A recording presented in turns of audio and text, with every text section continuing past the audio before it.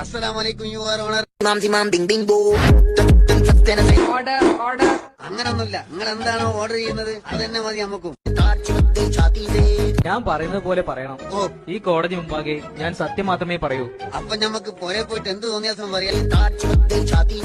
കോടതി മുമ്പാകെ സത്യം മാത്രമേ പറയൂ. അഡ്വക്കേറ്റ് ബാസി, എന്താണ് ഈ പ്രതി ചെയ്ത കുറ്റം? യുവർ ഓണർ, ഈ പ്രതിക്കൂട്ടിൽ നിൽക്കുന്ന ശ്രീ ഗഫൂർ വളരെ മൃഗീയമായും പൈശാചികമായും നാട്ടുകാർ മൊത്തം കണ്ടു നിൽക്കെ കത്തിച്ചു കളഞ്ഞു. എന്ത്? ഒരു ബീഡി. ഒന്ന് മോനെ, അറിയാണ്ട് വലിച്ചു പോയതാ. ഒരു 500 രൂപ കോടതിയിൽ ഫൈൻ അടയ്ക്കണം. ഓ ആയിക്കോട്ടെ. ഓർഡർ കോടതിയിൽ മുണ്ട് പൊക്കി കാണിച്ച് കോടതിയെ അപമാനിച്ചതിന് 1000 രൂപ വേറെയും ഫൈൻ അടയ്ക്കണം. മൊത്തം 1500 രൂപ ഫൈൻ. അള്ളാ, ഇത് വല്ലാത്ത ഇടങ്ങേറായല്ലോ. ഇനി പൈസ ഇപ്പൊ എങ്ങനെ എടുക്കും യുവർ ഓണറെ? എന്നാ പിന്നെ 1000 രൂപ കൂടി ഫൈൻ ഇരിക്കും. അതെന്തിനാ? പൈസ വലത്തെ പോക്കറ്റിലല്ലേ, ഇനി ഇടത്തെ പോക്കറ്റിലാണുള്ളത്.